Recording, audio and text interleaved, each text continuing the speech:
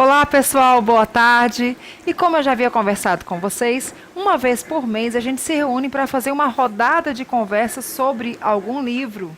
E para estar com a gente hoje nessa rodada de conversas sobre Ensaio sobre a Cegueira do Saramago, Dilson, tudo bem, Dilson? Tudo bem, e você, Kalina? Que bom que vocês estão aqui. É sempre bom, né? Estarmos aqui. Antônio, boa tarde. Boa tarde. Bom? Tudo jóia, bom demais. Gente, hoje então, como Dilson já vem fazendo, né, Dilson? Sim. Há alguns meses, eles se encontram em algum local para debater um livro e a gente resolveu trazer isso aqui para a Vem Ver TV, para que as outras pessoas possam acompanhar também. E eu gostaria, Dilson, que você começasse fazendo um apanhado aí dos livros que foram falados, foram conversados até agora. São temas bem reflexivos, não é isso? Nós já lemos, começamos pela Metamorfose, do Kafka, depois fomos para, foi Orwell, já o segundo? 1984. 1984, do Orwell. Aí o terceiro foi, me ajude, Antônio, O Velho Mar, Velho Mar. do Hemingway. Que nós fizemos aqui no mês E passado. dessa vez agora é o Saramago, Ensaio sobre a Cegueira. Bom demais, você está com ele aí? Tô esse aqui, ó. Esse livro foi lançado há 10 anos atrás e parece que já tem muito tempo, né? Pelo peso, né, que ele adquiriu, pela importância. O Ensaio sobre a Cegueira, José Saramago. Tá, Dilson, o que essa história tem a ver com as outras histórias? Ou seja, eu gostaria que você me fizesse um overview aí um pouquinho de tudo que foi falado nos outros e um paralelo do que esse livro de Saramago tem a ver com tudo que foi falado até aqui. Então, assim, a gente não está escolhendo um livro assim tão assim intencionalmente para encadear um com o outro, mas ao mesmo tempo tem um movimento, né? A gente sente assim não é uma coisa muito deliberada, assim, o próximo será esse.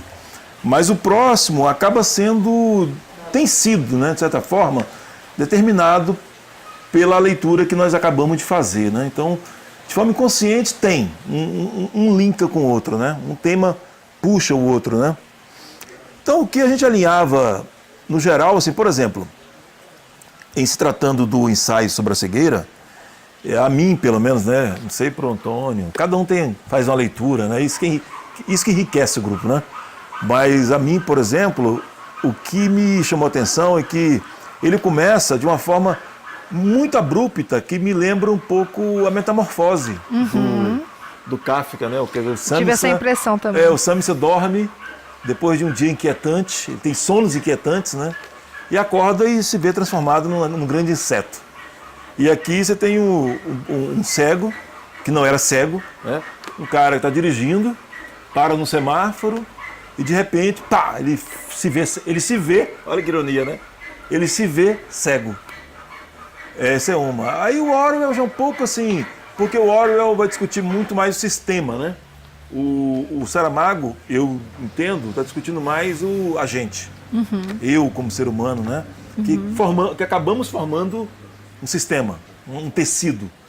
Mas o Orwell está discutindo muito mais do tecido para o indivíduo, né? Aqui está mais do indivíduo para o tecido. Eu imagino, assim, estou fazendo elucubrações aqui, né? Então, e o Velho Mar também é um livro que está discutindo. Todos eles têm a discussão humana, né? A discussão dos limites humanos, da condição humana. Então, acho que isso é um elemento comum, né? Todos eles se propõem a discutir, né? O que é ser humano, o que é estar neste mundo, né? Quem sou eu, quem somos nós, quais os nossos limites, né? De certa forma, assim, genericamente falando, né? Tem uns pontinhos de contato, né? E o que é a história do Ensaio sobre a Cegueira? O que exatamente o livro fala? Você quer falar alguma coisa, Dona? Fica à vontade. Pode ir. Tá? O Ensaio sobre a Cegueira, é curioso o nome, né? O ensaio. Porque ensaio é uma coisa que a gente tem desde a Grécia Antiga, né? Mas o termo ensaio mesmo nasce na Era Moderna, historicamente falando, com um grande filósofo que eu gosto muito, que é o Montaigne. Ele é o rei dos ensaios, né? E depois a gente tem, mais para frente, tem Adorno, um grande filósofo, vários escritores, Ortega e Gasset, vários que vão usar esse termo, sabe, ensaio. Mas a palavra ensaio quer dizer algo do que não se tem prova. exata, entendeu? É uma tentativa de dizer alguma coisa. Então o ensaio é uma tentativa de dizer alguma coisa, né? E o Saramago está nos tentando falar alguma coisa que eu acho interessante, nós comentamos isso na discussão no sábado, é que eu imagino direitinho como que Jesus, assim, sabe, há 2000 anos atrás, pegando e dizendo assim, o Evangelho falando de Jesus, né? E ele nos contou uma parábola. Aí como se ele abrisse esse livro e lesse o livro todinho. Eis que vos proponho uma parábola. Né? Um homem saiu a dirigir, entendeu? E se deparou no semáforo. E eis que de repente uma névoa branca tomou os seus olhos. E ele se viu cego. E aí a história todinha seria Jesus contando. Legal. Porque esse livro é uma parábola. É uma metáfora. Isso. É um ensaio.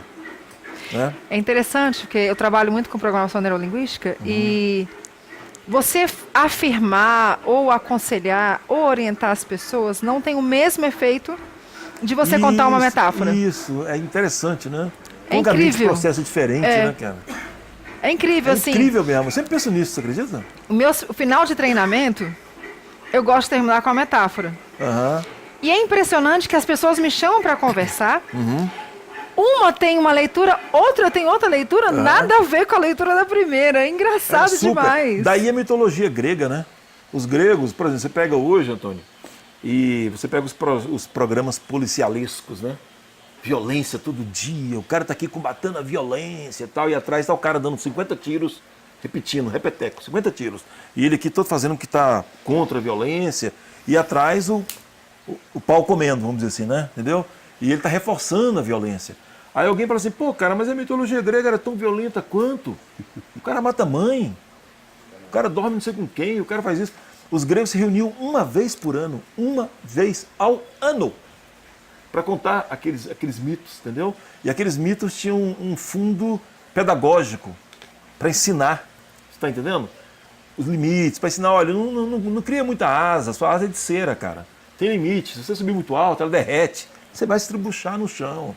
Então não havia uma coisa de você contar esse mito 100 vezes em 1 minuto e 100 vezes o Ícaro cair. Pá! Pá! Entendeu? Porque na segunda queda do Ícaro, o Ícaro já não vira mais mito, vira uma bobagem, uma banalidade, uma diversãozinha gratuita. É. Então é interessante porque você me perguntou, né, o que o Saramago está contando? Ele está contando de uma cegueira que acomete a humanidade. Né? Começa com esse cara. É interessante que ele não dá nome, né, a nenhum personagem. Todos são identificados por alguma coisa com os olhos. Né? É o primeiro cego. É o livro inteiro, é o primeiro cego. É a mulher do cego. A mulher do médico, né? E o médico era o quê? Oftalmologista. Por isso daí vira um núcleozinho, né? Uma célula máter do problema ali. Mas aí depois todos são... Tem o menino, né? Que é o estrábico, problema no olho. Tem a menina, que é uma prostituta, né? Que usa muito óculos de sol. Que é o tempo inteiro, óculos escuro. A rapariga do óculos escuro. A rapariga aí é a moça mesmo, né? Não é? Porque o livro não foi traduzido português brasileiro. Mas ela era a menina que ele fica até com dificuldade, né? De dizer que ela é uma prostituta, lembra? Que ele fica dando rodeio e tal. Mas ela era cega, né? Usava óculos escuros. Ela tinha uma conjuntivite, que ele pergunta, que mal faz uma conjuntivite para um cego? Ele pergunta, né? Ela já está cega e tal. E ela usa óculos, o tempo inteiro óculos. Então todos eles são identificados assim. E aí a história é uma história, digamos assim, surreal, por um lado, porque há um contágio inexplicável, né?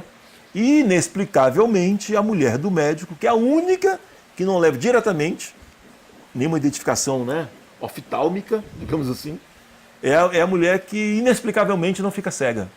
E ele também se propõe, as poucas vezes que ele vai abordar isso no livro, ele vai dizer que é inexplicável, né? Ela não ficou cega, mas o médico é cego. E aí a cegueira se dá por algum contato. E dali em diante eles são colocados numa colônia, né? Uma quarentena. E, na verdade, os que enxergam ficam cegos. Eles ficam invisíveis para os que enxergam. E aquela quarentena vira um inferno, um laboratório de toda a perversão, maldade humana. Era um manicômio. É um manicômio, virou uma loucura. Então, a cegueira, que era só uma cegueira, que até então era normal, era trágico ser cego, mas não era nada infernal, era humano, né, ainda. Vira uma tragédia, entendeu? E naquele ambiente em que se poderia, ele mesmo diz isso, né, ser cegos ajudando cegos, há alguns que ficam mais cegos ainda. E aí é o cego do cego, entendeu? E tudo aquilo que já é problemático, né, numa comunidade humana, que se diz enxergar, ali vira um inferno total, entendeu? Absurdo. Aí nós vamos discorrer agora daqui para frente, mas é tão absurdo que algumas pessoas embrulham o estômago quando lê o livro, cara. Tem pessoas que não conseguiram ver o filme. Mas o filme ele é muito limpinho perto do livro. Muito limpinho, ele é muito asséptico perto do livro.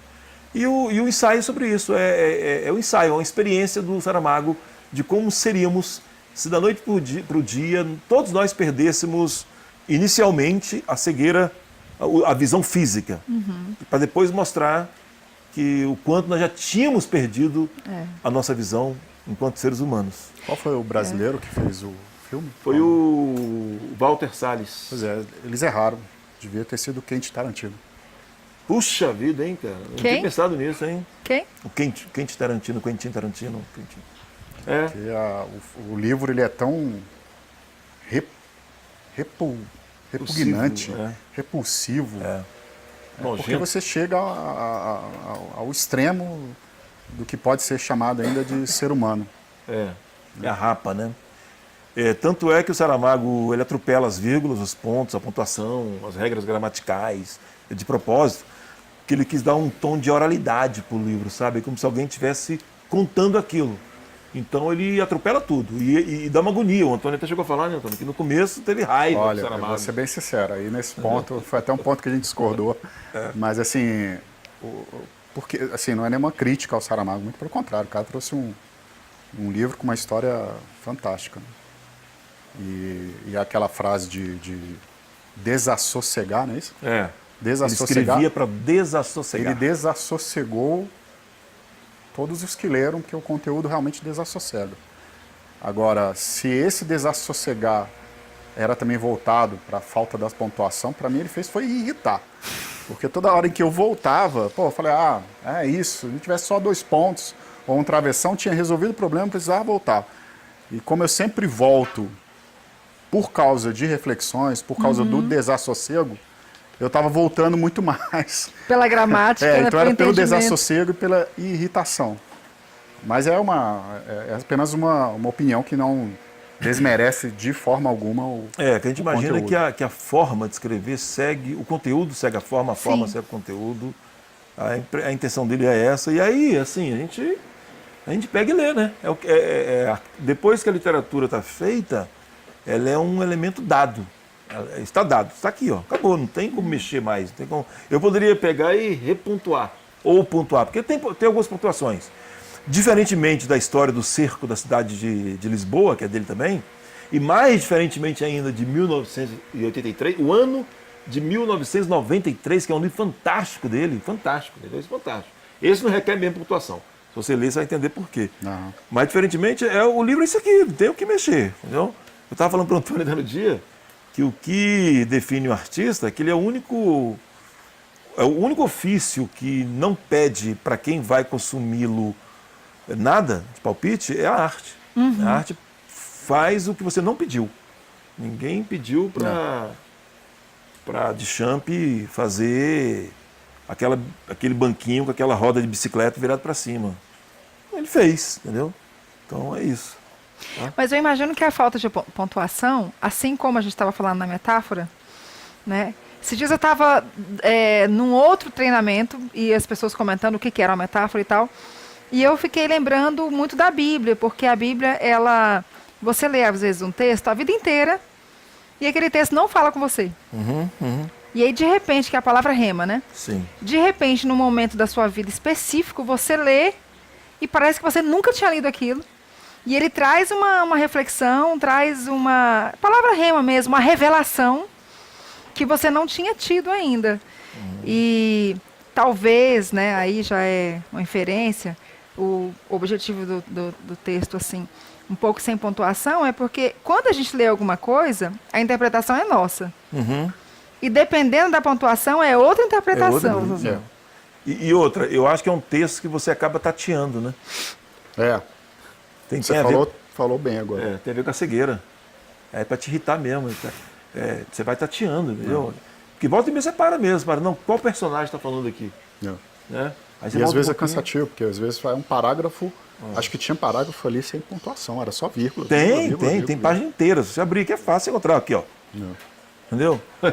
Você abriu a página, é pauleira mesmo. Entendeu? E aí você vai dando teu fôlego, né? Dando tua respiração, entendeu? Dando tua alma. Mas se você insiste, você... Não, porque realmente a história, ela é muito... mexe muito, né? Atrai muito, né? Então, tem coisa, por exemplo, aquela que eu falei naquele dia lá no grupo, que foi para mim o primeiro choque, né? Que eu chamei para mim de duplo gozo, né? Onde a mulher, que eles já estão numa fase onde eles têm um grupo, né? Um grupo lá que domina os outros, é um grupo perverso. E aí, inicialmente, eles recolhem tudo o que os outros cegos têm.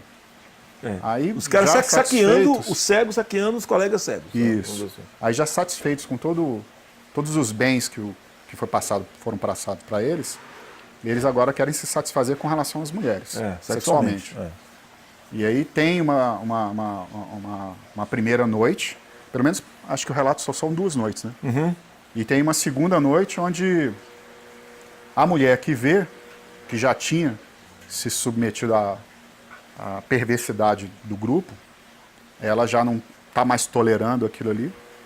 E ela, no momento em que o cara que a tinha usado na vez anterior, ele está usando de outra, ela vai e o degola com uma tesoura.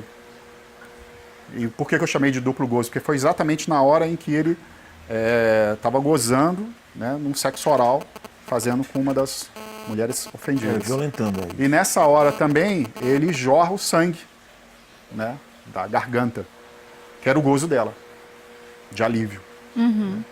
Então ele é um livro pesado, é um livro forte, é um livro que não é para qualquer um que consegue ler, não, porque incomoda essas coisas, né? E de repente tem gente até que às vezes tem algum tipo de trauma, né? E se confronta.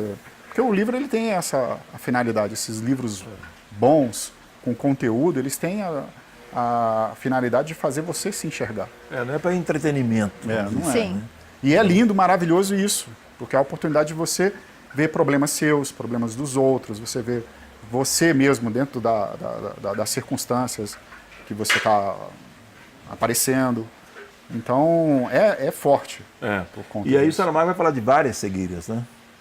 Ele vai falar da cegueira física, que é trágica para alguém que não tem nenhuma sequela, não tem... Nenhuma deficiência, Nenhuma né? deficiência, não tem nada. Ele falou que o olho está normal, o médico que examinou primeiramente falou, está normal, não tem nada. Né? E tanto é que a mulher do médico, que o tempo inteiro não está cega, finge, durante boa parte do livro, estar cega. Porque ela tinha medo de morrer e tal, então ela finge estar cega. Entendeu? Porque não tinha nenhum sinal externo nessa cegueira. E o Saramago faz isso de propósito mesmo, para dizer que a cegueira que ele está falando não tem nenhum estigma. Então ele fala da cegueira psíquica, ele fala da cegueira do espírito, ele fala da cegueira da esperança, ele fala estar cega não ter esperança. E aí ele começa a transcender, né, a cegueira apenas física e tal. E é trágico porque depois você passa o tempo inteiro tentando diagnosticar a cegueira, né? Ele vai dar um diagnóstico. Não tem cegueira. O foco dele não é isso. Não é isso. A cegueira é absurda. Né? Ela é absurda pela causa e é absurda como consequência. Ela é absurda. Ela não tem explicação. Né? E você vai entendendo que todo mundo vai se contagiando. Até que chega uma cena, os policiais matam, né? Há uma rebelião, né, na quarentena. Eles tentam sair da quarentena e os policiais, sem outra alternativa, que a gente pensa que é só maldade, mas é porque também não tem outra alternativa, entendeu? Eles matam. Eles dão um aviso, né? Não. Em seguida eles atiram, para matar, porque há um contágio, né? E só que, de alguma forma, a coisa já vazou. Antes até deles entrarem, né? Alguém lá fora ficou contagiado. Sim. E por algum motivo lá não apareceu, mas acaba contagiando e isso alastra, de tal forma que tem uma hora que eles vão tentar sair e os policiais já não estão mais lá. E eles falam, tá tudo o posto, né, de vigilância, está tudo abandonado, né? De guarda, né? Está tudo abandonado e tal. Aí eles percebem que não tem mais guarda. E aí descobrem que o mundo inteiro estava Às cegas. às cegas. Então imagina esse mundo como está, já está, como está. Então você imagina esse mundo às cegas. E aí pronto, aí virou uma loucura. Eu não sei se o Antônio teve essa impressão, mas nesse momento, Antônio, que eles saem, é uma imagem mental que eu tive, assim, uma sensação. Não tem aquela hora que o avião vai pousar, chega um momento assim que o avião parece que... A impressão que dá é que ele reduziu todas as turbinas e dá um silêncio no avião. Não sei se já teve essa expressão. Eu já tive mais de uma vez viajando essa impressão. Aí dá aquele silêncio no avião, não tem? E o avião parece que começa a cair. Já viu isso? Ele está planando, né? Ele está planando. Aí dá um silêncio, aquela turbina parece que silenciou. Eu vi uma vez alguém que sobreviveu a um acidente falando que ele teve uma impressão de um silêncio na queda do avião absurdo. E o avião, ninguém morreu, por incrível que pareça, nessa queda, um avião de porte pequeno, e ele falou assim que não sabe o tempo que isso demorou. Ele não sabe o tempo que isso demorou. Eu vi alguém falando isso, eu vi também o Luciano Huck uma vez falando isso, no depoimento que quando caiu no Pantanal, aquele avião, você lembra? E ele falou assim que desespero, os filhos gritando, a esposa gritando, o piloto falando, olha, se segura e tal. E ele falou assim, dali um pouco, bateu um silêncio, cara. Ele falou assim que não sabe contar o tempo, mas que todo mundo se olhou um para o outro assim, bateu ao mesmo tempo uma sensação esquisita de uma paz, entendeu? E foi um silêncio assim que parece que pacificou todo mundo de uma forma muito esquisita. Eu tive uma sensação quando eles saíram da quarentena, que ficou aquele grupo, lembra ali, de 6, né, eu acho, né? 6. Mais ou menos, andando nas casas e tal. Dá a impressão que já era uma tragédia, mas era uma pós-tragédia, era uma pós-tragédia dentro da tragédia ainda, entendeu? Mas que aquele momento parece que bate essa sensação do avião caindo. Eu tive essa sensação. Parece que era um momento melhorzinho, tá entendendo? Não sei se você viu De assim. pacificação. É que eles vão andando, lembra, atrás de comida, aí eles começam a conversar. Eu não sei, eu não vou saber explicar, mas foi uma sensação que eu tive assim de um... Vai acabar, desculpa falando assim, a linguagem mais clara, vai dar merda mesmo, não tem saída, a comida está acabando, havia defuntos nas ruas, né, um mau cheiro insuportável e tal. Mas parece que para quem passou por aquilo, eles estavam tendo assim um certo sobrevida, um certo... Eu já vi havia uma esperança, né? Uma esperança. Eu já vi alguém dizendo que nas regras da aviação, quando está caindo, você tem que tentar fazer o avião não estolar, colocar o máximo de motor. E eu perguntava para esse amigo meu que é piloto, e aí? Ele falou, joga para cima.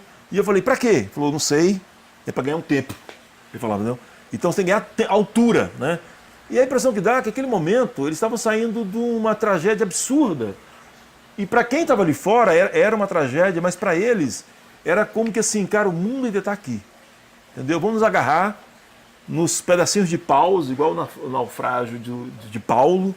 Né? Cada um pegou as 266 almas, né? Cada um agarrou num pedacinho de pau ali no naufrágio, de forma que no final Paulo fala que todas as almas, todas as 266, se não me engano, almas, se salvaram.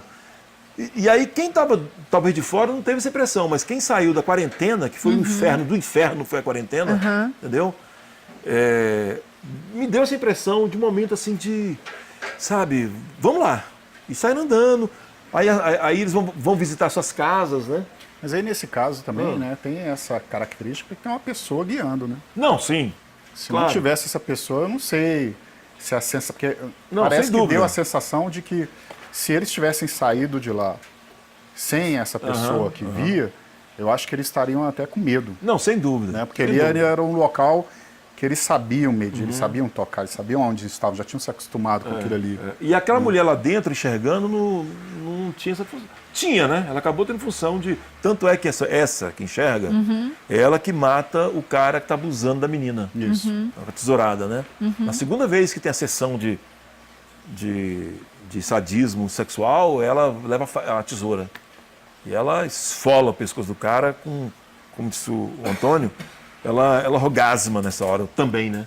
Ela tem prazer violento. E a gente ficou discutindo qual era a função dessa mulher. Por que essa mulher? Aí a gente faz as nossas leituras, né, Antônio? Quer dizer assim, por que uma mulher, né? O Saramago não coloca um homem. A nossa história é muito masculina, né, tal. E é uma mulher que miraculosamente não se cega. E a gente ficou relacionando essa mulher com Eva, dentre outras leituras, né? Se Eva carrega a pecha, né, da cegueira, assim, na leitura bem machista, né? Bem adâmica, né? A mulher que tu me deste, né? Me cegou. E agora é essa mulher que enxerga, sabe? Pelo mundo, né? Ela é a única que enxerga. Mas a impressão que eu tenho é que as pessoas que ficaram cegas no livro, elas já tinham, todas tinham um problema, né, com os olhos. Não. Não, um era Não. estrábico. Não, a mulher do cara, não. Tá, a mulher do cego não ficou cega. Tá. A mulher Então. do primeiro médico, ela não tinha. Ó, o médico era Não tinha, oftalmologista. a mulher do primeiro médico não tinha, cego não tinha nada. Não, mas olha só, a mulher, o médico era oftalmologista. Isso.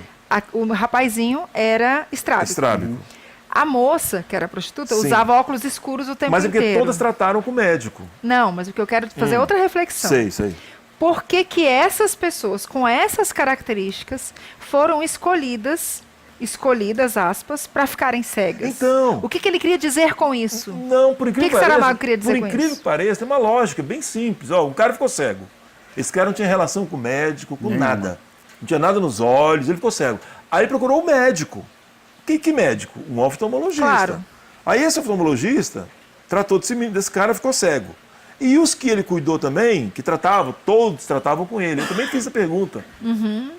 Todos que tratavam com ele, o médico, ficou cego. Mas teve outros núcleos lá para frente que não tinha médico. Tá entendendo? Teve um núcleo lá do advogado. Ele não cita, é o que eu estou falando.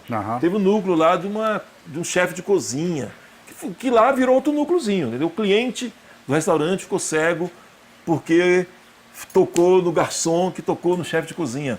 É que, no começo, esse miolo aqui, que é o miolo, a célula mater do problema todo, nasceu de um cara comum que procurou um oftalmologista. Então, todos os que tinham contato com aquele oftalmologista, por razões que passavam pelos olhos, mas problemas específicos diferentes, né, cegaram.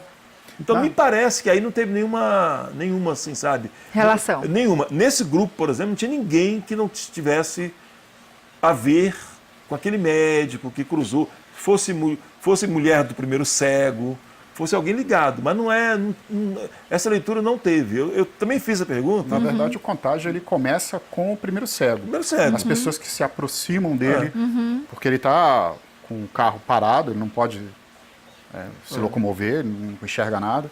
Então chegam pessoas perto dele. E a gente tem o primeiro contato, a gente percebe a primeira pessoa que é contaminada, que é o cara que ajuda. Que acabou roubando o carro. Que acabou roubando o carro. Ele fica cego. Então, assim, não teve, entendeu? Teve assim uma... Aí é lógico que o Saramago, para dar conta, né, é um ensaio, né? Mas se ele fosse estender isso aqui, ó, né?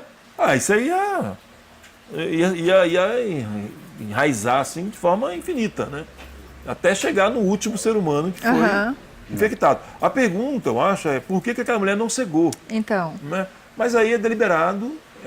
Ela vira, digamos assim, o Diógenes da história com a lanterna na mão. Né? O Diógenes era o cara que tinha luz, né, na Grécia e andava com a lanterna procurando um homem, né? Um homem honesto, um homem íntegro.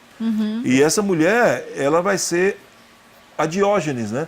E é interessante porque ela não tem a inclinação para dominação, para o controle, que os caras cegos tiveram, cara. Sim. Os cegos tiveram. Então, uma coisa que eu penso é que o Saramago não está querendo dizer que os caras ficaram assim por causa da cegueira. Eles já eram assim. Já eram cegos. Já eram moralmente cegos. Né? É isso que eu quero dizer. Isso, os caras que partiram para roubar, para dominar, para espoliar os outros cegos. Ele até fala, né? Poxa, num ambiente como esse, alguém comenta no livro, você imaginaria que seriam cegos lutando a favor de cegos. Ele fala, não, pelo contrário, entendeu? Os caras estão comendo um ao outro, engolindo um ao outro, fazendo tramóia como se tivesse muita vida pela frente. Porque o que você não imagina é o que o cego queria, retendo a comida que era entregue, porque os policiais, o Estado, através da polícia, né, trazia comida, né? Até a quarentena lá, e afastava, e os caras iam, pegavam a caixa e distribuía a comida. E os caras fizeram disso mercadoria. Aí você imagina, aí depois cobrava, né? O anel, o que você tem para me dar? Aí você fica pensando, o que, que o cara vai fazer com isso na condição que ele estava? Sendo que ele nem sabia se haveria vida, né? Ou quando estaria liberto daquele lugar, se estaria. Sim, e aí eu imagino o Saramago falando exatamente isso. E nós? Fazemos o que também? Uma coisa que eu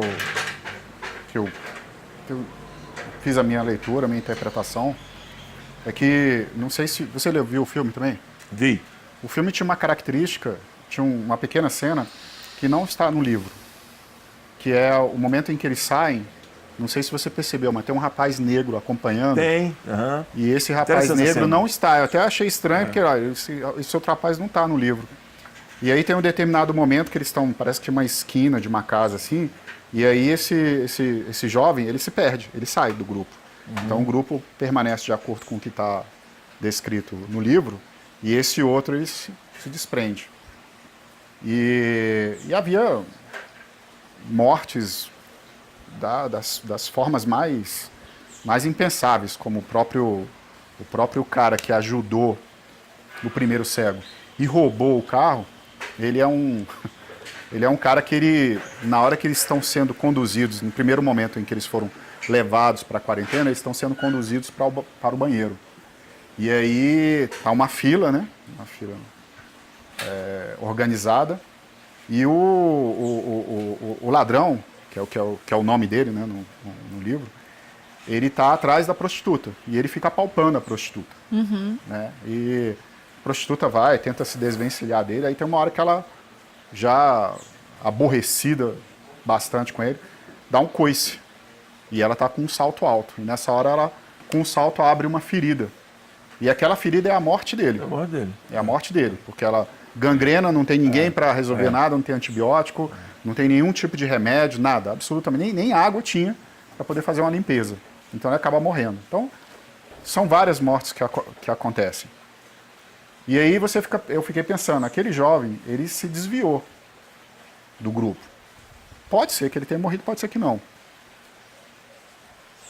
Ali você tem uma dependência muito grande de quem está vendo. Né? Metaforicamente falando, a gente tem pessoas que veem coisas que os outros não veem. Né? Então, até citei o exemplo lá na hora no grupo. O Dilson é um cara formado em história. Ele vê coisas que eu não vejo, eu não estudei para isso. Né? Então, se ele me diz relatos históricos, seja do nosso país ou de fora, eu tenho duas opções. Ou acreditar no que ele está falando, ou eu pesquisar, ir atrás. Mas o que a gente mais vê são pessoas contestando. É como se você chegasse para aquelas pessoas que estão sendo guiadas pela pessoa que está enxergando e falar, não, você está errada. Imagina eu, cego, dizendo que para uma pessoa que vê que ela está errada naquilo que ela está vendo. E isso paga um preço muito alto. Porque a gente perde a capacidade de ser humilde numa situação em que não nos resta outra opção. Ou você confia e paga para ver se vai acontecer mesmo aquilo, ou então você toma seu rumo sozinho e vai viver sem absolutamente nada, achando que você está certo em tudo.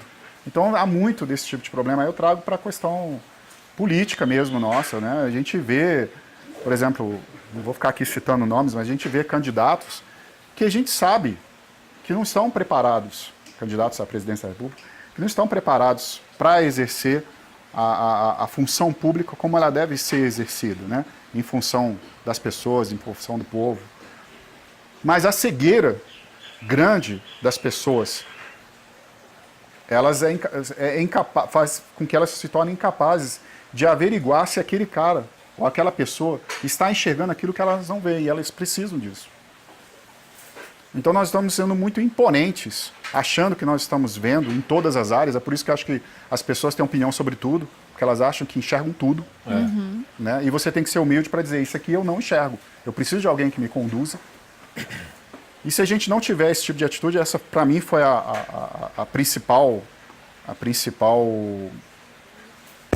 aprendizado do livro. Se a gente não tiver humildade, a gente acaba realmente trazendo não só danos para nós, como danos para os outros. É, porque aquele ditado, o pior cego é aquele que não quer ver, né? Aí a gente, na nossa discussão, a gente aprendeu o seguinte, cara, eu acho que o problema é não se ver cego. Eu acho que é pior de tudo, né? Não se perceber, né? Não se perceber, porque a gente não tem a visão total, claro. Então, a pretensão de tê-la já é uma cegueira, entendeu? É uma cegueira. E também, porque eu acho que quando você entende a sua condição, seja ela qual for, se você pegar espiritualmente a condição de pecador, por exemplo, como Paulo se via, você lida melhor com tudo. Sim. Porque senão você tem que partir para a cegueira da hipocrisia. Entendeu, né? Que é fingir que está vendo, legal, ó, que óculos bonito, ou talvez nem óculos, né? Os olhos são muito formosos, tal, etc. Então, se a luz que a gente são trevas, né? Com grandes trevas serão. Porque se eu sei que a minha luz é limitada, é uma coisa, né? Mas se eu acho que é isso que eu chamo de luz, é muita luz, e na verdade elas são muitas trevas, então elas são pior do que as trevas em si. Né? Porque quando eu tenho a treva em si, quando eu tenho a escuridão em si, eu faço igual Diógenes, né? Eu acendo a lanterna, eu busco auxílio, né? Isso. Quando eu não vejo essa cegueira, eu tento ignorá-la. E aí é aquilo que nós falamos. Se eu chego num cômodo da minha casa e está uma bagunça infernal, tem duas formas de eu resolver o problema. Ou eu arrumo o cômodo, ou eu não acendo a luz. Né? E a crítica do Saramago, a gente lê isso no livro. E conhecendo o Saramago, né? O Saramago morreu agora acho que em 2010, né? Acho que foi 2010. Foi 2010. 2010. A gente entende que a crítica dele é essa, cara, é essa pretensão de não ser cego. E quanto mais as lanternas que temos buscado, mais trevas elas nos têm sido, mais cegos elas nos têm tornado. Então, é como se o remédio virasse veneno, entendeu? Essa cegueira é a cegueira dos nossos dias, né? Eles chamam de cegueira branca, que ele fala que os cegos eles viam algo como que leitoso, não era escuro, entendeu? E é interessante que a gente tem uma ideia de uma cegueira, alguém comenta, né, um personagem comenta, como sendo um escuro, uma coisa muito escura e tal. E hoje nós temos uma cegueira que é branca, né? O que é muito simbólico também, sabe? Porque nós estamos na época das ultraluzes, né? Das informações. Né? Se o iluminismo se o século XIX, XVIII foi o século das luzes, nós somos das pós-luzes, das lâmpadas de LED, do celular, iluminando sua cara 24 horas por dia. Acho que não é nem luz, é brilho. A gente vê tudo, só que a gente está com a luz virada para cá, né? Entendeu? Cegamos para cá, né? Isso ofusca todo o nosso mundo e nós achando que nós sabemos demais, né? Olha, eu dou aula e é engraçado que eu falo para os alunos, eu vou dizer agora, e choca, né? Eu falo assim, cara, nós não fizemos nada melhor que Shakespeare de lá para cá. Nós não superamos Shakespeare. Tem 500 anos. Nós não superamos Michelangelo. Porque a gente tem essa ideia que foi um engano do iluminismo, né? Por esse lado, aquela ideia do progresso científico, né? A religião do progresso. A gente progride, a gente vai ficar, né, tal. Então a gente passou por essa ideia e aí a gente melhorou tecnicamente um monte de coisa. Sim. E acho que melhoramos humanamente por isso. E não melhoramos humanamente. Não melhoramos. Não melhoramos. E aí, assim, é uma tragédia? É uma tragédia quando a gente não reconhece. Quando a gente tem um cara como o Saramago, que alguém perguntou no grupo, né? Será que Saramago era ateu mesmo? Será que era? Quer dizer, porque o cara que se enxergou como se enxergou, né? Então a tragédia, aí não há muito, porque você está se enxergando, cara. É o conhece-te a ti mesmo, está no oráculo de Delfos, né?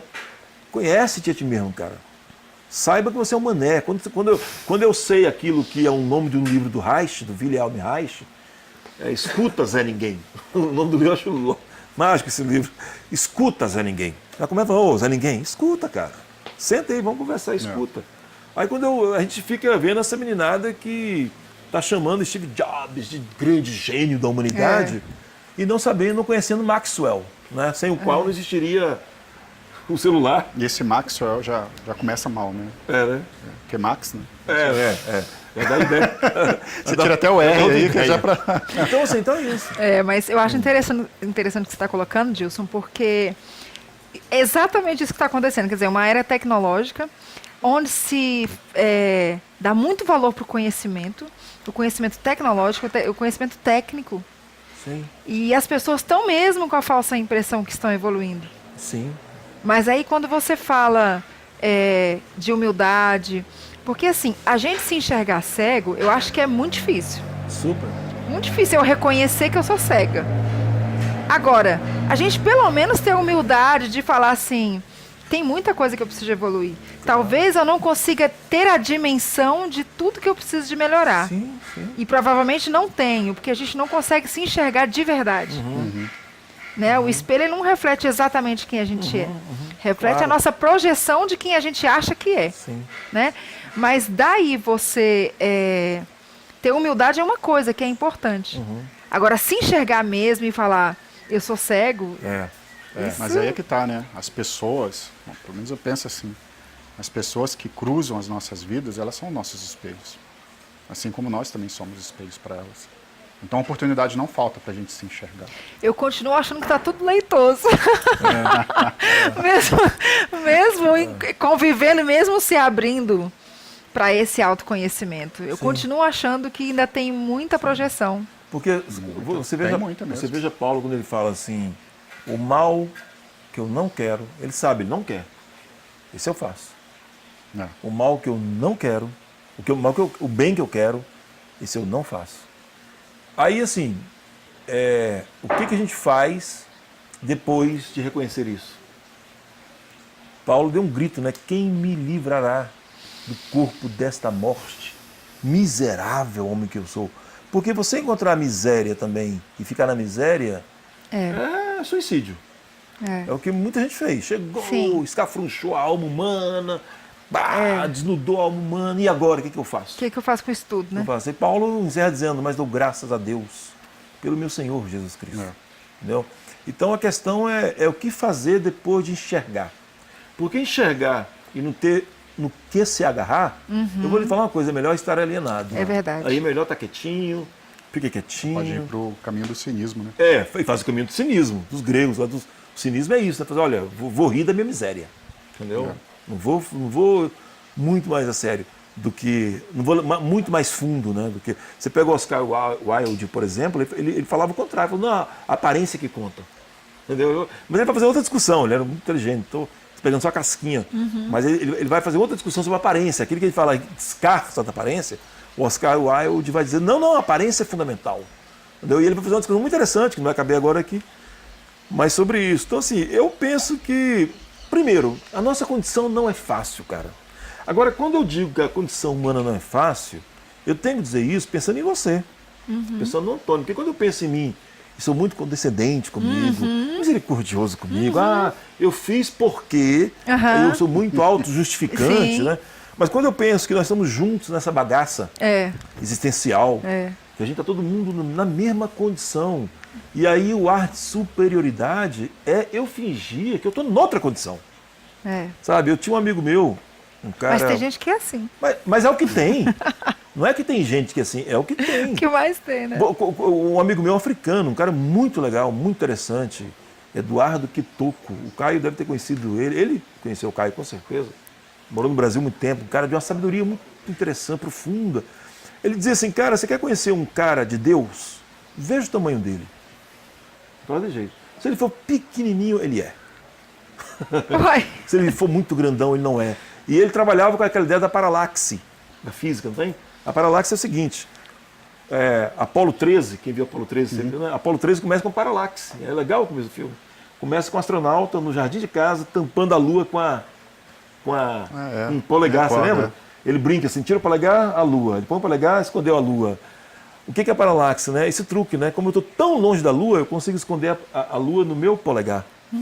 Então o polegar fica parecendo um grandão, né? Mas ele é pequenininho, de forma que eu escondo. Aí eu lembro Fernando Pessoa, num poema lindíssimo, quando ele fala assim, porque a lua se enxerga inteira na poça de lama, porque alta vive Acho lindo esse poema dele, entendeu? Quer dizer, a lua, é enorme, mas ela se enxerga na poça de lama porque ela alta vive. Olha só a contradição, né? É porque ela está alta, é que ela se enxerga na insignificância que é a poça de lama. Então a paralaxe seria isso, né? Quer dizer, se você olhar o cara, entendeu? Quanto mais perto de Deus ele chega, menor ele fica. Então é a contradição. Então se você é um cara muito grandão, é porque ele está longe. Ele está muito longe. E se você vê esse cara pequenininho, até a ponto de sumir, aí você lembra de novo, não importa que de João, não importa que ele diminua e ele cresça, aí é a descoberta. Agora, tem pessoas que fizeram isso sem qualquer discurso religioso, sem qualquer blá blá blá teológico, cartilha. E aí é chamado de ateu. Um Saramago é chamado de ateu.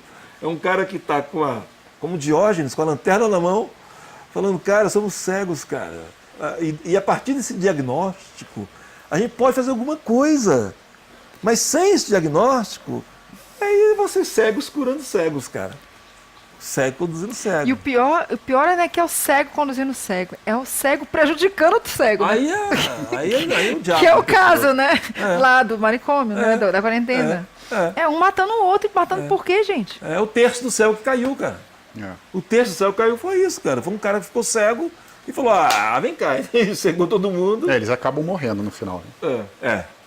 Esses caras acabam morrendo no final. Entendeu? Mas é isso. O livro já deu para perceber por que ele é inquietante, né? E aí é interessante, porque quando você ouve falar do livro antes, qualquer livro, né? Qualquer livro. É assim, o Orwell, é assim. O Velho Mar também é assim, mas talvez menos. Mas a Metamorfose.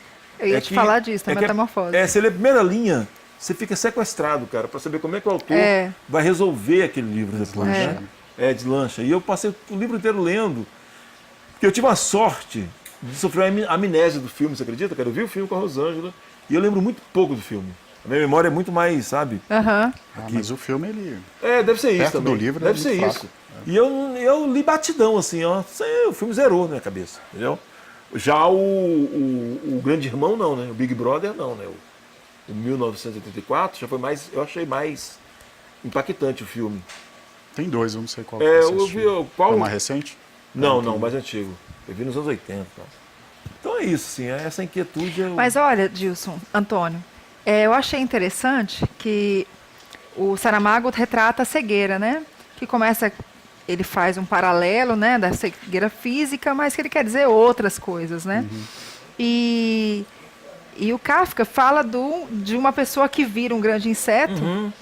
E ele quer continuar trabalhando, ele quer continuar vivendo, fazendo projetos, como se ele não tivesse virado um grande inseto, né? É engraçado isso, porque parece que a gente não se enxerga, né, na nossa porque condição. Porque o Kafka está discutindo o seguinte, a maneira como eles me veem. E o Saramago está discutindo a maneira como nós não vemos. Entendeu? Mas o cara, eu esqueci o nome dele, que virou... Samsa. O Samsa. Ele não se via como um inseto? Não. Você viu, ele estava se vendo, né? Ele se via, mas parece que aquilo não importava. Ele não processava. Porque ele era o bicho já, né? Então ele não era asqueroso para ele. Sim, entendeu? Como que não? Não era, ele tornou o bicho. Você não pensa fora de si.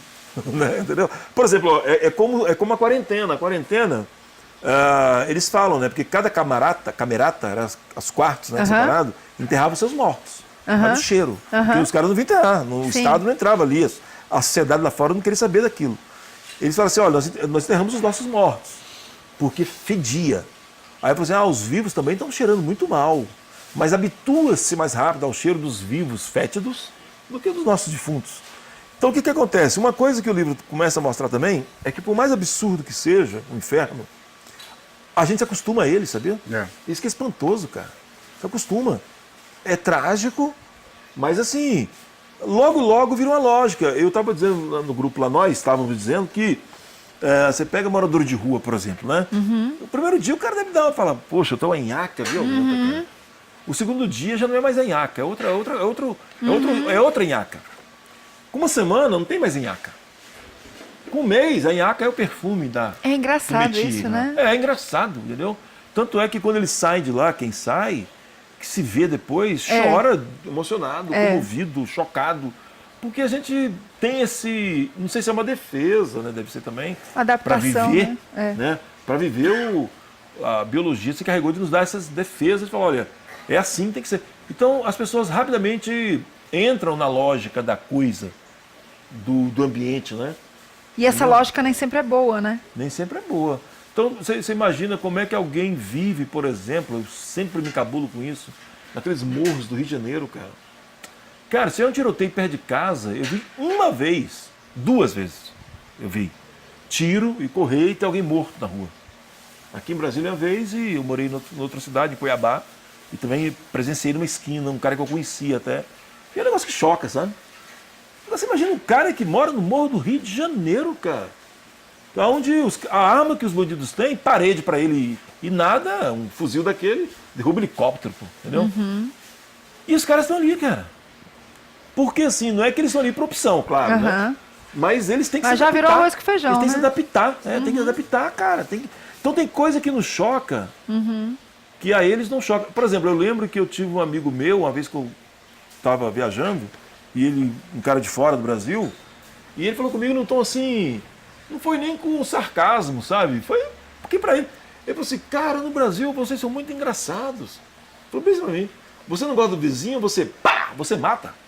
Você não gosta do cara que torce pro time, você mata. Ele é suíço, esse cara. Ele falou assim, não estão tão assim. Ele falou assim, vocês são muito engraçados. Assim, Gente. e eu fiquei quase falei assim, qual o problema? Porque a gente está tão nesse mundo. Mas é interessante que é absurdo, isso aí, né? Porque não? Quando você pega a literatura russa, que é uma coisa que me chama a atenção e me traz inveja, confesso, é você ver personagens que são tão distantes, tão diferentes, pensam de forma totalmente oposta, mas eles são amigos. Então eu acho que penso, né, que Sim. por um europeu ou alguns nativos de lá, deve ser muito difícil você chegar e achar que você pode matar uma pessoa simplesmente porque você não gosta. Matar. Você Pra eles é não assim, bate com a mesma ideia, não bate com o mesmo pensamento. E olha que matar aí nesse sentido pode ter um sentido figurado, né? Porque a Pode. gente mata de várias maneiras, Sim. né? Claro. Odiar seria a palavra mais Sim, correta. isso. A morte em algumas situações. É os 2 minutos do ódio, né? 2 minutos, né? Do Orwell, não é isso? Aqui são... Tinha uma, Pode multiplicar. como explicar? Era um momento em que você tinha uma celebração. E aí, 2 minutos, você tinha que abrir a boca e expressar seu ódio, tal, etc. E hoje em dia as redes sociais viraram esses vários, infinitos, inacabáveis, intermináveis minutos de ódio, entendeu? Ódio. Ódio mesmo assim, sabe? Você tem que ser crítico, cara, entendeu? Uma coisa é opinião, cara. Você pode ter da opinião, do vestido da princesa. Eu já ri horrores com esse debate, viu? Né? Pode, Eu já ri muito com opinião. esse debate, Mas cara, daí da você princesa. Tá com ódio, entendeu? Assim, aquela... da Acho de opinião. uma hipocrisia absurda as pessoas criticarem a princesa lá. Gente, fala sério, não, vamos tirar a cegueira? Quem não queria estar no lugar dela? Fala sério. O que é legal? Eu ter liberdade, eu como mulher, né? Eu ter liberdade de opinião e tal, poder entrar no Facebook, fazer o que eu quiser, vestir a roupa que eu quiser, ou eu nunca mais pagar nenhum boleto na minha vida, ter uma vida maravilhosa. Não, vamos falar sério, eu acho que 0,5% da população realmente não iria querer, assim, essa vida regalada, maravilhosa. E não quer? Tá bom, Todo cara, mundo metendo não quer, pau. Não quer, pronto, legal. Você não quer? Não, beleza, legal. Pronto. Então, mas meter o pau eu acho muito então, engraçado. mas- Então você também não quer ganhar na loteria, não joga, né? Não Você joga. tem que ver nessa época, assim, não basta falar, né? Você tem que falar com ódio. O outro é errado. Exatamente. Por exemplo, eu vou te ser sincero, eu acho que tá tendo a exposição do Basquiat no CCBB. Eu gosto tanto do Basquiat que eu fui em 96 pra Bienal, duro pra caramba. Eu, amigo meu, de ônibus pra São Paulo. Eu morava em Cuiabá na época. A gente pagou o vexame de ter que dormir naquele hotelzinho, 2 marmanjos. E o cara não portaria, lembra a gente assim, são mais 2 no quarto. E o cara falou, a cama é junto ou separado? Eu falei, separado. Pra ver uma obra de arte, tá certo. E beleza. dormimos, você tá naquele lugar, falando, o nome dele é Lopes, ele é artista, esse cara. Ele, Lopes, você pra cá ou pra cá? Entendeu? A gente foi lá, e entramos, fomos ver Basquiat. E aí eu vejo gente que vai e não gosta e tem que chamar Basquiat de imbecil. É difícil Meu isso. amigo, fala assim, eu não entendo Basquiat. Aham, Eu acho é um cara mais bonito, eu acho né? um cara Mais- difícil mesmo. É. Eu não entendo Basquiat. né? Esse é o ponto. Sabe? Eu não sei ler esse cara. É mais bonito Por exemplo, isso, né? Por exemplo, como você pode ouvir, por exemplo, na sua área, o John Cage, e falar assim, nossa, que lindo. É uma música dodecafônica, cara. Uma música dodecafônica. Ele compunha com dado. Pegava nota, fazia assim, jogava, entendeu? Aí dó. Tal. Isso aqui para ele é música, entendeu? Então a música dele chamada 4 minutos e 33 segundos. Sabe o que tem em 4 minutos e 33 segundos? Nada.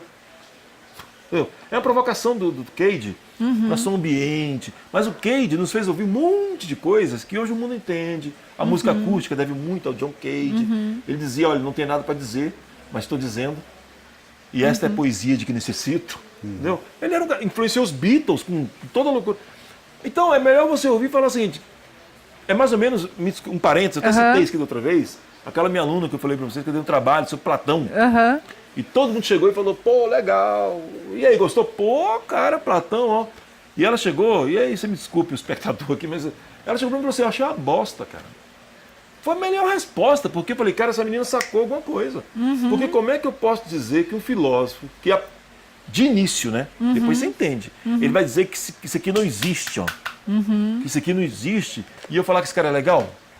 Aí a menina que falou que Platão é uma bosta, foi a menina que me deu um gancho, sabe? Para tentar explicar e falar, cara, eu vou te falar que esse cara não é maluco da cabeça. E que esse cara, você usa ele, gostando ou não dele, a taxonomia, por exemplo, que a gente usa, isso é invenção de Platão, entendeu? Com essa brincadeirinha de que nada existe, que existem só ideias. Mas a partir de alguém que falou, é uma bosta esse cara, não concordo, você fala, ela entendeu alguma coisa, tá entendendo? Quando alguém vai ver um Basquiat e se choca, é legal. Sim. Entendeu? Porque ele tem que chocar mesmo. A Picasso chocou. Os impressionistas são chamados de impressionistas por demérito, não por mérito. Entendeu? Não sei se vocês sabem assim. Não sabia disso. O impressionismo foi um rótulo negativo, como o crítico falou, esse quadrinho só para impressionar. Aí ficou os impressionistas, entendeu? E aí depois os caras assumiram né? Surrealismo, mesma coisa. Entendeu? Então, assim, é melhor falar, cara, eu não sei, eu não entendo mesmo. E você tem o direito até de não gostar. Ninguém fala pra você gostar, sim, não. Sim. É outra coisa. Mas uma coisa é você olhar, entendeu? E não ter necessariamente um juízo, assim, sabe? Que está falando mais da sua burrice do que do cara que você não entendeu. Porque para você fazer uma crítica a uma obra de arte, você tem que ter algum conhecimento para você fazer aquela crítica. A favor ou contra? A favor ou contra, né? Claro. Seja na música, seja na pintura, seja onde for, você tem que ter algum conhecimento. Igual eu venho da música popular brasileira e eu vejo muita gente criticando a bossa nova. Que é um saco, o João Gilberto é um saco, não sei o quê. Tá, faz alguma coisa parecida. Faz, vai lá. Ele é ruim? Então faz melhor. Vai melhor. Né? Porque o cara criou, a bossa nova é o jazz brasileiro, ele criou um estilo que não existia. Tá? As notas são extremamente dissonantes. Sim. E quando a nota é muito dissonante, a pessoa tem que ter ouvido para ela ouvir e falar, pô, isso é massa. Porque se ela não tem o conhecimento básico mínimo, ela vai ouvir e vai falar, isso é ruído. É ruído, né? Isso não é som, isso não é acorde, isso é um ruído. Né? Você fazer um acorde dissonante, você tem que estar com o seu ouvido preparado para você ouvir aquilo e falar assim, caramba, que harmonia complexa. E pode dizer, depois, no final de ter entendido, que não gosta. Sim, tá tudo bem. Né? Claro, é gosto, né? Aí sim é gosto, mas você teve um conhecimento antes para você falar, é bom. Mas geralmente, partir disso aí é muito difícil, né? Entre nós é muito forte. Por exemplo, isso. cara, é inacreditável você pensar que Rembrandt, no século XVIII, Rembrandt, cara, foi chamado de borrão. Porque se você olhar os contornos da pintura do Caravaggio, é uma coisa. Se você olha do Rembrandt, é outra, cara. É que a gente olha hoje com outros olhos, já olharam por nós. Hoje nós estamos cegos, então já olharam muito por nós, aí eu só estou vendo. Não estou olhando, só vendo, entendeu? Ou então estou só olhando. Talvez ela até melhor, eu estou só olhando e não estou vendo. Porque olhar é um ato do olho. Ver, o autor até discute isso, né? Ver está mais para dentro. Entendeu? Ver vai além dos olhos, né? Entendeu? Assim como falar, vai além. Cantar, no seu caso, vai além disso aqui, não vai? Muito vai além. além disso aqui. Totalmente. Boca todo mundo tem, né? Sim. Mas alma para cantar, nem todo mundo tem. E aí você utiliza, agora pegando o gancho aí, do momento lá que eles entram na igreja. Nossa, aquele momento é lindo. É trágico e lindo. Engraçado. Sabe No como é que eu li isso? aquilo ali? No filme teve. Teve. Puxa vida, eu acho fantástica a cena. Me que chamou a atenção isso mesmo, né? Porque eles estão fugindo. Eles saíram da quarentena. Saíram. Não, andando, mas já tinham passado, eles estavam procurando comida. Comida, isso. Aí eles tinham saído lá daquele depósito onde tinha encontrado mercado. os cadáveres. Isso. Escuro. E Porque aí a eles cidade entram- colapsou, né? Só lembrando. Tudo está em colapso, tudo. Isso. E aí eles entram numa igreja lá, tem uns santos, e os santos estão todos vendados. Todos vendados. Cristo está vendado. Essa cena Caraca. é assim. Eu fiz uma leitura, assim, para mim, a cena mais bonita do livro não foi essa. Essa foi a que me impactou. Mas a cena mais bonita foram, que a gente pode tocar depois, né? As 3 mulheres tomando banho. Que para mim é como se fosse um bálsamo. Sim. Mas nessa parte, a leitura que eu fiz foi o seguinte. Eu vi algumas entrevistas dele, né? E ele era muito, assim, firme na questão do ateísmo dele, né? Sim. E para mim, foi isso que eu fiz. A leitura foi, olha, vocês estão na merda e não tem nenhum santo para olhar por vocês. Isso. Então, viva o que você tem para viver aí. Então, tipo assim, não é nenhuma crítica para ele, nem nada. Não estou querendo chegar e dizer, o cara é ateu, então vamos colocar. Não, absolutamente. Eu leio Saramago, quero ler outros livros, não leio Augusto Cury. Claro. Não leio, nem... Mas é uma informação que parece que ele faz passar, né? Olha, não tem ninguém cuidando de você, é você mesmo. Se vira. Sabe o que eu penso, cara?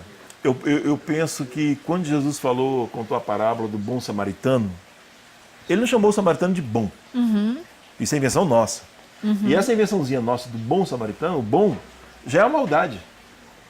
Não foi, ele não disse. Não tem bom samaritano. É só o título, não que tem. vem aparecendo. Bom samaritano. Só samaritano. O bom samaritano é porque eu que não sou samaritano, eu estou pressupondo na minha bondade de chamá-lo de bom, que todo samaritano é ruim. É ruim. Todo samaritano é ruim. Então eu não sou católico. Aí eu digo, o cara fez. Mas ele é bom. Ele não fez porque é católico, ele fez porque ele é bom. Esse cara é bom. Entendeu? Tem uma redundância. Né? Eu tenho uma cliente minha que está fazendo a dona Madalena, que eu mando um beijão, um abração para ela. Foi aniversário dela ontem. Ela gastou 2 milhões do bolso agora para fazer um asilo. Ela criou 20 crianças, tem 3 filhos, criou 20. Entendeu? 20, vai na casa dela cheia de cama, entendeu? Tem recado lá. E ela gastou 2 milhões para fazer um asilo, entendeu? A gente fez o projeto. Eu indiquei para ela um dos melhores métodos de obra que a gente tem. Não foi, qual que é baratinho? Da nossa equipe no escritório de arquitetura. Não é funcionário nosso, mas que a gente trabalha com. Né? Ela contratou um médio de obra chamado Arthur, é um cara excelente. E tudo bem feito. O telhado é de verdade, o piso de verdade, a tinta é de verdade, uma colônia com 64 leitos, maravilhosa. Ela podia ganhar uma grana alugando isso para igreja, para eventos, entendeu? Em Águas Lindas. Tudo, 10 mil metros quadrados, tudo prontinho, tudo pronto. Um porte que o governo tinha que tirar, ela teve que adiar uma construção de um quarto, porque não pôde tirar e o governo não quis tirar, não vai tirar, entendeu? Ela cede o espaço, um porte da companhia elétrica passar dentro da rede dela. Ela virou o próprio Estado ali. E aí alguém vira e fala assim, mas a dona Madalena fez isso porque ela é espírita, mas ela é boa. Tá entendendo? Então nós queremos isso. Então eu imagino Jesus, na nossa linguagem, traduzindo para a nossa linguagem, de fé dele, fazendo a parábola do bom ateu. Não tem pessoas que Jesus elogiou sendo inimiga da tribo dele, do povo dele, que é o samaritano, e ele falou tão bem dele que nós aqui, os santarrões, tivemos que chamá-lo de bom para justificar. Jesus falou do cara porque o cara é bom, cara. Entendeu? Mas o resto não presta. Então o Saramago é aquele bom ateu. O grande, foi bem colocado isso aí que você disse. O grande cara lá o herói da Romênia, chamado Marte, né, do século XX, o Richard Wurmbrand. Eu já falei até com o Caio conheceu o Richard. Eu tive prazer de vê-lo uma vez, né, ao vivo, assim, tal. E ele falava assim que existia 2 tipos de ateus, o mal e o bom. E o mal é aquele cara que é mau, é contra a vida, que é perverso, que é diabólico. Se Deus aparecer diante dele, ele nega Deus. Ele não gosta de Deus. E aí ele pode ser religioso ou não. É deliberado. E ele falava, o bom ateu é aquele cara que não acredita em Deus pelos bons motivos. Ele vai dizer, como que existe Deus, cara? Se há crianças passando fome, como que existe Deus se ontem na madrugada de hoje, em São Paulo, morreram 2 pessoas de frio? Entendeu? Então é a pessoa que, pelas qualidades divinas, ela não enxerga Deus e por isso ela é ateu. Tá entendendo? Ela é ateia, a pessoa é ateia. Sim. Então esse é o tipo de ateu. Então o Saramago, se cruzasse com Jesus, que nós sabemos do Evangelho, em qualquer lugar, ele ia sair ombreado com esse Jesus. Também vejo assim. Você não tenha dúvida disso. Não tenha dúvida disso. Tanto é que nós nos ombreamos com ele. Entendeu? Não teve nada que ele falou sempre, nossa, isso aqui eu vou passar. Não teve. Entendeu? Talvez o que o Caião sempre fala aqui, né? Desse Deus que ele era ateu, talvez também nós sejamos. Até né? nós somos. Né? Entendeu? Desse espectro, né, que se chama Deus, desse fantasma, dessa projeção humana que se chama Deus, a gente também faz parte dessa igreja ateia. Com certeza, com certeza. Mas, meninos, eu queria saber o seguinte. O que trouxe de mais forte, assim, de lição para a vida de vocês? Assim? O que você acha que fez diferente, que iluminou, assim, com essa leitura? Vamos lá? Pode? Eu estou na página que eu costumo ler marcando em cima, assim. Uhum. E quando eu marquei essa página, eu lembrei de novo, né? E eu parafraseei, né? Todos cegaram e destituídos estão da visão. Né? Todos cegaram, né? É isso, cara. Isso lembra alguma coisa, né? Sim, estou parafraseando. Todos pecaram, destituídos estão da glória de Deus, né? Todos. E quem escreveu isso foi um cara de uma excelência, que poderia falar assim, eu nem tanto. Ele fala assim, eu sou o principal. Ele fala, eu sou o principal. De todos esses, eu sou o principal, né? Paulo fica gastando tempo com o diabo, cara. O diabo dele chama-se Saulo. Exatamente. Ele bate nesse cara, ele fala, esse cara tem que ser esmurrado, cara. Vamos explicar, né, para o público que não conhece quem é Saulo, quem é Paulo, né? O Paulo, o grande apóstolo, né? Paulo que era Saulo, né? E ainda como Paulo, ainda está na luta, está na pendência. Contra o Saulo.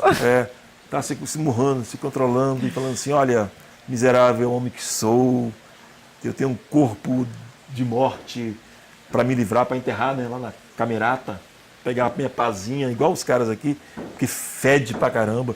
E se eu brincar, ele brota de novo do chão, fede mais ainda. E eu tenho que saber que ele existe, esse cara tem que ser esmurrado, tem que ser reduzido a nada, entendeu? Isso não é fácil, cara. E para fazer isso, tem que fazer o que Paulo fez, tem que se esvaziar e falar, eu estou entre esses que pecaram, entendeu? Eu sou essa merreca. Eu tive sábado lá na Missão Peniel, já deixa você falar, Antônio. Tive sábado lá na Missão Peniel, como me impactou e me curou. Né? Eu fui para levar uma palavra e eu saí de lá edificada, acho que mais curada do que eles. Porque eu comecei a falar e eles começaram a compartilhar, né? Que eu fui falando, né, das coisas que a gente vive e tal. E eles foram falando decepções, frustrações e tal, as coisas que trazem ansiedade, né? Eu perguntei o que é que traz ansiedade. E eu falei, cara, não tem nada diferente, né?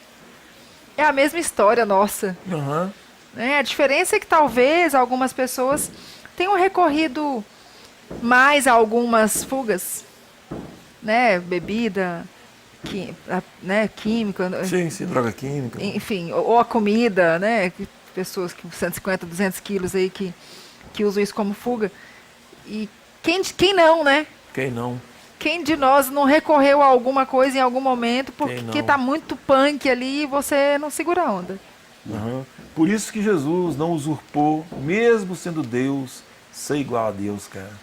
Ele não seria salvador como Deus, cara.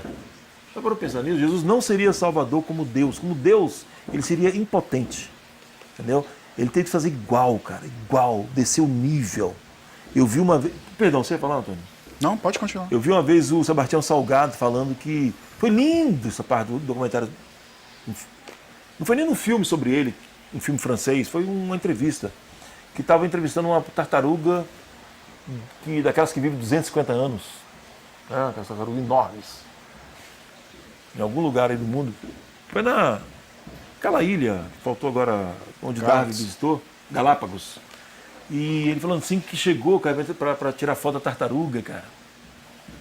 E ele é só cara que é fotógrafo, tem alma mesmo. Né? Ele falou que. E ela não pousava para ele. E eu ouvindo aquela história de pousar para ele. A tartaruga não pousava para mim. Eu armava a câmera, não pousava para mim. Aí ele falou assim que uma hora deu um estalo nele, assim, sabe, cara? Ele falou assim, eu sei qual é a dela. Ele falou assim, eu estou diante de uma senhora de 250 anos de idade, cara. Eu tenho que respeitar essa senhora. Ele falou assim, Darwin deve ter visto essa senhora. Aí falou assim, pegou a câmera e agachou. Ficou na altura dela, assim, com a câmera, baixou a cabeça e foi levantando devagarzinho. E ela estava parada olhando para ele. Nossa! Legal. Assim, Uau! eu peguei a alma dela e tirei as melhores fotos. Falei, eu estou diante de uma senhora de 250 anos Caraca. de idade. Chega até mais. Então é isso, né? Assim, Jesus fez isso, né?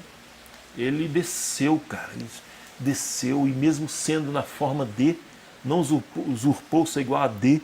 Antes foi obediente a e foi humilde até a morte de cruz. Quer dizer, ele foi mais baixo do que a gente, de tal forma que Isaías Muito fala, mais baixo. olhando para ele, nós não vimos nele a semelhança como um filho dos homens. O cara estava Deformado. o cara tava a metamorfose, entendeu? Né?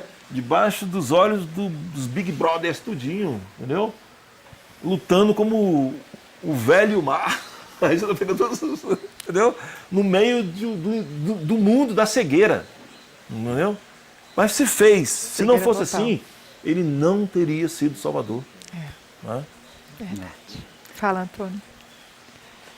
A gente só fica sabendo da história e com os detalhes bonitos e feios através da mulher, né? É. A mulher é o personagem Ela que não serve... ela não é a narradora. Aham. Ela não é a narradora. Ela é a personagem que conduz o grupo e conduz o leitor. Quem tem olhos para ver, que veja.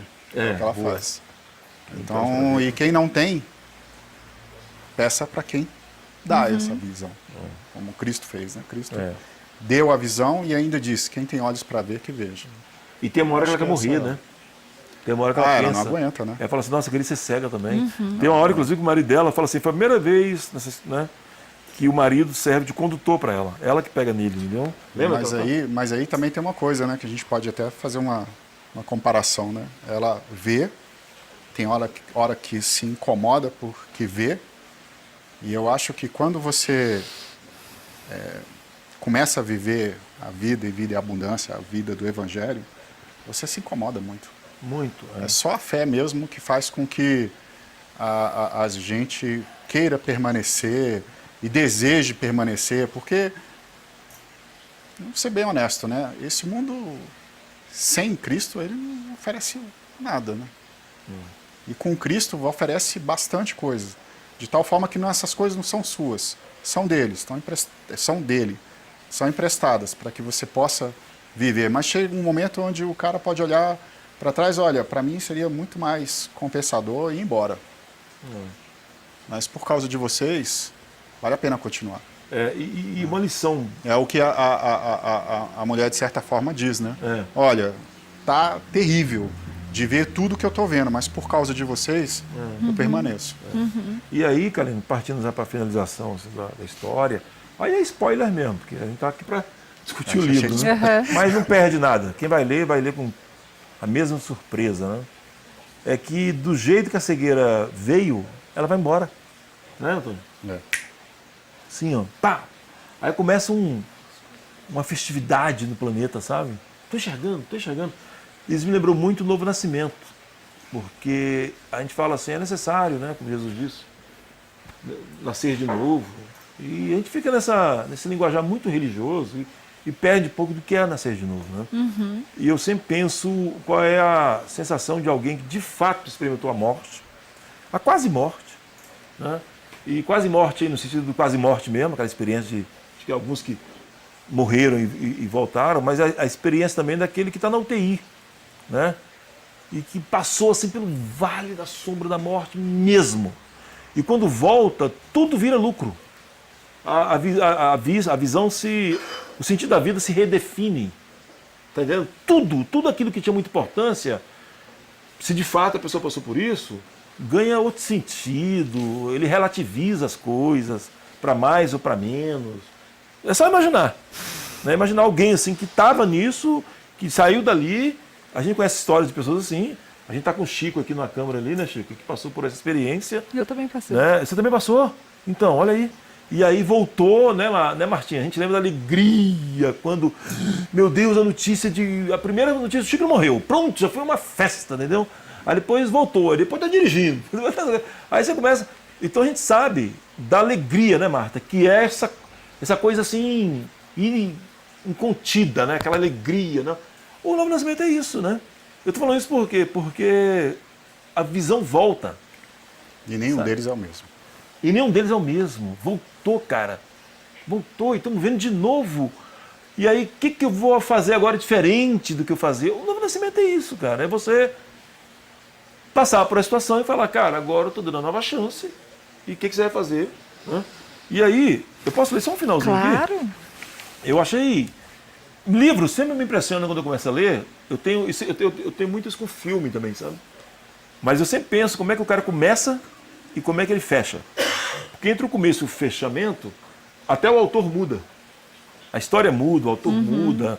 A história de quem escreve é fantástica. Ninguém escreve com tudo da cabeça. O livro, o cara começa a mandar no livro aqui porque o livro começa a mandar no cara também, né? E aí ele termina, igualzinho termina a última linha lá do Orwell, né? Que fala assim, e Winston amava o grande irmão. É aquele balde d'água fria, né, no final, né? Putz, cara, sente o frio na espinha, acabou assim, tá? O Winston, que lutou tanto contra o grande irmão, amava o grande irmão. E aí no final ele fala assim, ó, a mulher do médico, todo mundo já vendo de volta, tal, fala assim, a mulher do médico levantou-se e foi à janela. Olhou para baixo, para a rua coberta de lixo, para as pessoas que gritavam e cantavam, um carnaval, uma euforia, estamos vendo, tal. Depois levantou a cabeça para o céu e viu-o todo branco, porque não é aquela coisa do contraste, né? Pá, levantou aquele sol, ela não era cega. E ela fala assim, chegou a minha vez, pensou. Fiquei cega, né? O medo súbito fê-la baixar os olhos, de novo, né? A última linha dele é assim, ó, a cidade ainda ali estava. Olha. Quer dizer, Chocante, o Saramago, ele termina com um sopro de esperança. Porque ele não quer terminar cego. Porque ele fala, né, antes, que a cegueira é a falta de esperança. E ele está terminando com esperança. Falando, olha, terminou assim, tá? Ela olha, tô cega. Porque seria tragédia, né, cara? Ela fica cega no final. Ela sozinha seria como se toda a humanidade é cega de novo. Entendeu? Ela levanta, assusta com o céu todo branco e a reação é, eu quero ver de novo, né? O chão que eu piso, né? E aí ela fala assim, a cidade ainda ali estava. Ou seja, a vida vai continuar. Nossa, isso é belíssimo, achei. Lindo demais. Finalmente lindo, dele. Lindo, maravilhoso. E o próximo livro? Minha Vida, Chekhov. Eu esqueci de pedir para os meninos buscarem a imagem. Se der tempo. Anton Chekhov. Gabriel. Chekhov. Minha Vida. Chekhov. Minha Vida.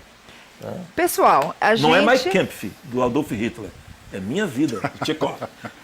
Porque nós estamos no mundo, tem duas... Tem o Minha Vida para cá e o Mein Kampf para cá. Mein Kampf não. Meninos, a gente volta dia 27 de junho. Sim, né? Com a discussão desse livro, Minha Vida, né? Quem está acompanhando aí, que está assistindo, se quiser vir para cá fazer a discussão com a gente aqui, pode vir, é só ler o livro, né? Sim. É livre, o grupo é democrático. Também, o grupo também. Fala do grupo, quando é que eles vão se reunir. O grupo reunir? tá aberto, pessoal, tá? Tem um monte de, tô precisando ler, tal. Leia! Não custa nada, leia. Vem conversar com a gente, né? Leia, pega o livro e lê. Você não tá cego. Cegos leem, entendeu? Pega o livro, lê, vem com a gente, vem com a sua carga, com a sua história, com o seu não sei, com o seu sei. Né, com a sua profundidade, com a sua rasura. Vai ser dia 16? Vai ser dia 16. Poxa, deve Dilson, ser no mesmo lugar. No dia do meu treinamento, CCBB, pois é. Puxa CCBB. vida, eu nunca consigo. A gente escolheu o CCBB, a gente ficava pingando porque é um local estruturado. Tem banheiro, lanchonete, tem tudo. Tal. Choveu, tem cobertura. Não choveu, tem o sol, então tá ficando lá. Chega, senta e conversa. Ninguém quer ninguém entendido, ninguém é linguista, ninguém é professor. Quanto menos for, melhor. Né? É você ler e trazer a tua leitura, que eu não preciso ninguém precisa concordar com a sua leitura. É só ler, só isso, e trazer. Quanto mais diferente for, né? Quanto mais seu for, Isso. né? Melhor. Tá? O que a gente chamaria de idiosincrasia. Quanto mais particular for, melhor. Afinal de contas, os contrapontos são bem-vindos, né? Super bem-vindos. Super bem-vindos. A gente foge disso, né, Antônio? Isso é absurdamente. Teria leituras absurdas? Sempre tem, né, tal. Mas nunca teve lá. Mas, assim, é óbvio que você pode ler isso aqui e entender como quiser, só para provocar também, né? Não tem problema nenhum. Mas é a sua leitura. Tá? Legal Então está demais. convidado, você está convidado dia 16, tá? Às 15 horas, no sábado. A partir das 15 horas, no CCBB, a gente se reúne para conversar. Minha Vida, E a conversa tem Tchekov. sido boa. Minha Vida, de Tchekov. Anton Tchekov. Anton Tchekov. E aí, lembrando do nosso encontro nacional, que vai ser 27, 28 e 29, a gente tem a imagem aí. 27, 28 e 29 de julho, na Fundação Universa. Quem quer se inscrever precisa entrar no site, fazer a inscrição. As vagas são limitadas. Então, vocês vão entrar lá no caiofabio.net. Tem um bannerzinho lá, só rolar a página que você vai achar. O bannerzinho para fazer a inscrição. E tem que correr, porque são poucas vagas, né, Dilson? Isso. Antônio está convidado, por favor. Eu acho que vai ser muito legal. A gente tem o Brega aí vindo para Brasília. Kleber Lucas. Sim. Marrom vai estar com a gente. Sim. Então vai ter muita Vai ter coisa muita gente boa de interessante. fora, isso, né? Oficinas no sábado à tarde, marketing digital. A Dailton vai conduzir uma palestra para a gente. Vai ter muita coisa aí boa de O novidade. Charlito vai estar com a gente, o Carlos Moreira, lá de Recife, amigo meu também. Nossa. Vai ser muito bom, muito bom. Muito bom. É isso aí, pessoal. Então, felizmente acabou. Foi uma delícia, foi muito bom. A gente acha que não vai dar muito tempo. Que é né? muito tempo. E fica faltando por falar. Exatamente. Todo mundo que eu convido fala assim, Kalina, 1h30, não vou dar conta de falar, não sei o quê. Gente, calma. Calma, porque o tempo passa e a gente É não igualzinho nosso percebe. encontro, né? Nunca foi menos de 2 horas, cara. O Orwell foram 3, você lembra, né? Foi o Esse Orwell. debate acaba sendo só um ensaio mesmo. Só ensaio. Isso aí, pessoal. O Dilson, muito obrigada. De nada, Antônio, Kalina. muito Sempre um obrigada. prazer estar Obrigado, eu que agradeço. Dia 27 a gente está junto de novo. Gente, até quarta-feira que vem.